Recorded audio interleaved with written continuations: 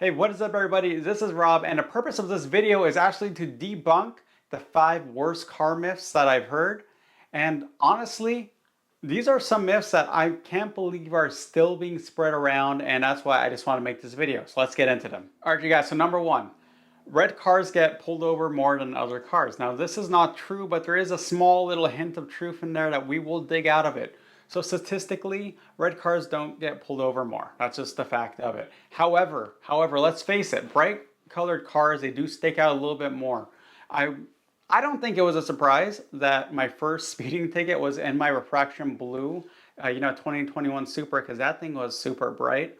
And of course, it's going to catch your eye. So I am okay if amending this one to bright colored cars may get you pulled over more, but not so much because, a cop sees a bright color and says, I want to pull him over, but just because it's going to stick out more. I mean, you guys probably notice this on the freeway too, right? In the sea of dark colored cars, it'll always be the brightly colored sports car that sticks out to you. It doesn't have to be red, can be yellow or some other color, but it's the bright colors that has you look at them. Number two, 100,000 miles is way too many miles for a car. Now, maybe 20, 30 years ago that was true, but nowadays, due to so many advancements in engineering when it comes to car manufacturing, 100K miles is nothing. For some vehicles, that may be like half its lifespan. For others, such as my Toyota, that's probably like only a quarter of the lifespan for the engine. Transmission, maybe about half its lifespan, but I've also seen them go for longer. I mean, I've seen so many cars nowadays of over 200,000 miles still working problem free. All that really matters is that you properly maintain your vehicle and you do not skip the preventative maintenance. And when any issues do happen, you do get them resolved immediately. As long as you do that, your vehicle will probably take care of you for a long time, barring it's not from one of the more questionable car brands when it comes to quality. So this is still a common one you still see a little bit, especially amongst the older crowd, and that is that, third-party aftermarket parts for your vehicle, they're not that great for your car and you should stick with only manufacturer stuff. Now, I've been in the car scene for more than 20 years, so I'm not gonna lie.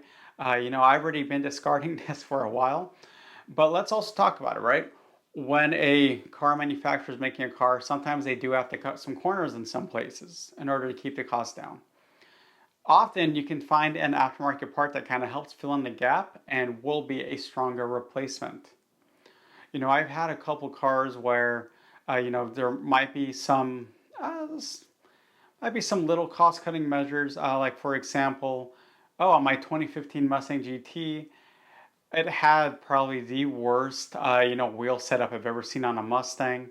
It had, let's see if I remember correctly, they might have been 16 by 8s or 16 by 9s on some straight up economy tires.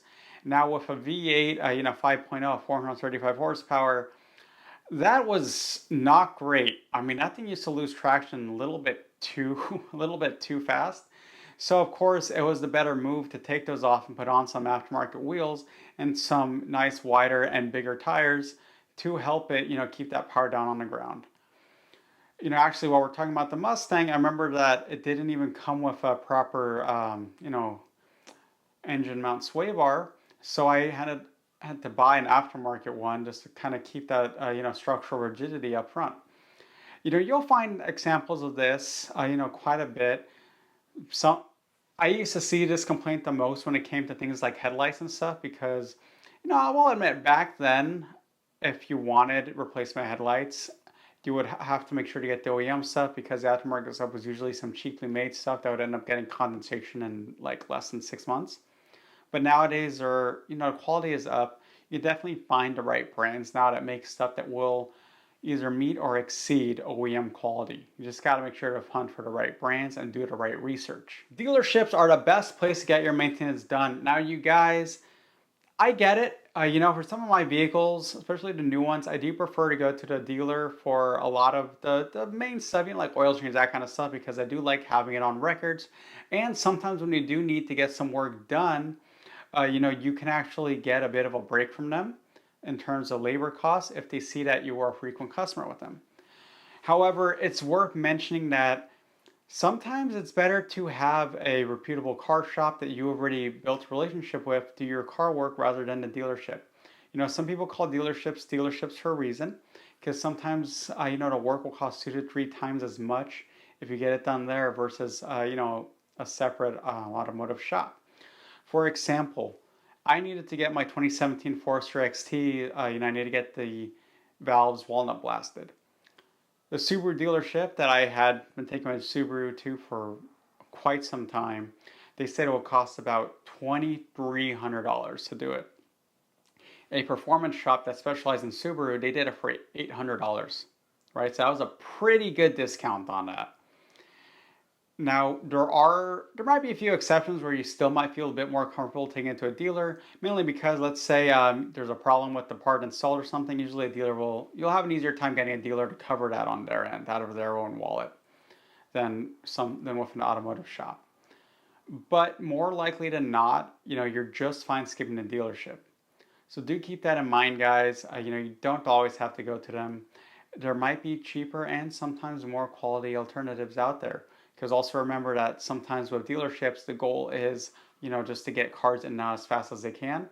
You rush your workers, and sometimes that can also cause mistakes to be made. Here's a big one some people might not like, and that is the more modifications you add to a car, the more it is worth. Well, that is 100% false. More often than not, anything you add to your vehicle will be decreasing the value of it. And at the most, you might be able to get back maybe 10 to 20% of the money you put into it. But more often than not, that won't be the case.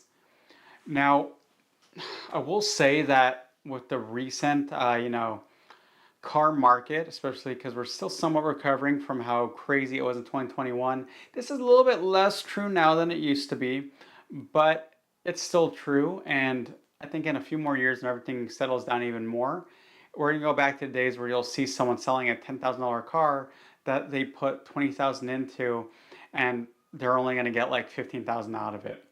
Because at the end of the day, even though you put so much into it, that doesn't always mean that's how much it's worth. Now, sometimes there are some exceptions, but more likely than not, your vehicle isn't going to be part of the exception. So just do remember, if you want to modify your vehicle, you will be losing money, of course, at the expense of enjoyment, which is part of the reason why a lot of us are into cars, right? To enjoy ourselves.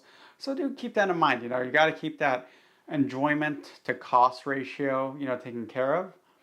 Personally, I usually try to only do modifications that I can usually easily reverse, because that way when I do want to sell the vehicle, convert it all back to stock, and I usually get a little bit more money selling the parts separately than if I try to sell the vehicle with all the parts still installed on it.